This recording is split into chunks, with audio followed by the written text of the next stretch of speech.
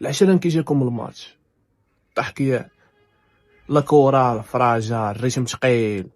الناس تتقلب على تلعب ضد فرق مزيانين، ضد كولومبيا، ضد تشيلي، ضد بريزيل، ضد ارجنتين.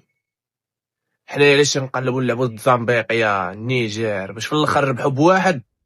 يقول لي السي الركراكي شو وحنا راه سلسلة تشيس 15 انتصار على التوالي، راه ما كاينش شي منتخب اللي دارها.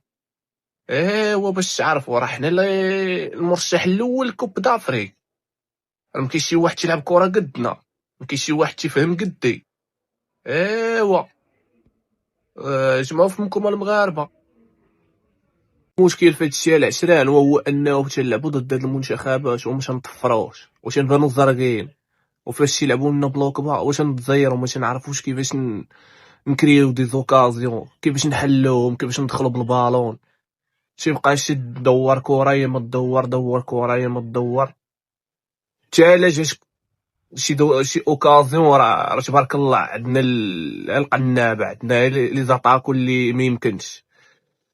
صراحه الهضره على المنتخب هضره طويله العشران. المهم اللي بغى يسمع البوان دو في وجهة النظر ديالي كيفاش دايره، يدخل اليوتيوب باج ديالي، راه له واحد الفيديو غنتفصلو مزيان في لي بوان فور لي بوان فيبل، فهمتينا، نهضروا على داكشي مديطايي على هنايا. المهم العشران تحياتي، تنتقاشى.